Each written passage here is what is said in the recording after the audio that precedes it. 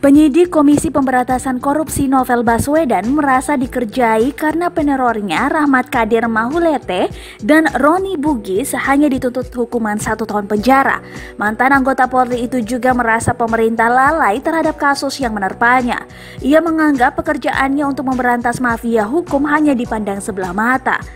Novel Baswedan menjelaskan negara abai terlihat dari kedudukan jaksa penuntut umum yang tak menjadi representasi negara dalam mewakili kepentingan korban. Menurutnya, jaksa seharusnya mewakili kepentingan dirinya selaku korban penyiraman air keras. Tak hanya negara yang dianggap abai, Novel Baswedan menilai tuntutan 1 tahun terhadap 2 terdakwa itu belum memenuhi rasa keadilan. Ia pun merasa jengkel dengan proses hukum yang tengah berjalan ini.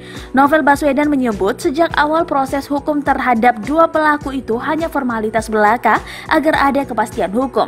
Bahkan pernyataan yang dirinya sampaikan bahwa terdakwa bakal dituntut di bawah 2 tahun penjara terbukti.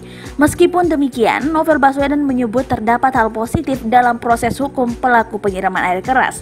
Menurutnya, masyarakat jadi tahu kebobrokan hukum Indonesia lewat kasus penyiraman air keras ini.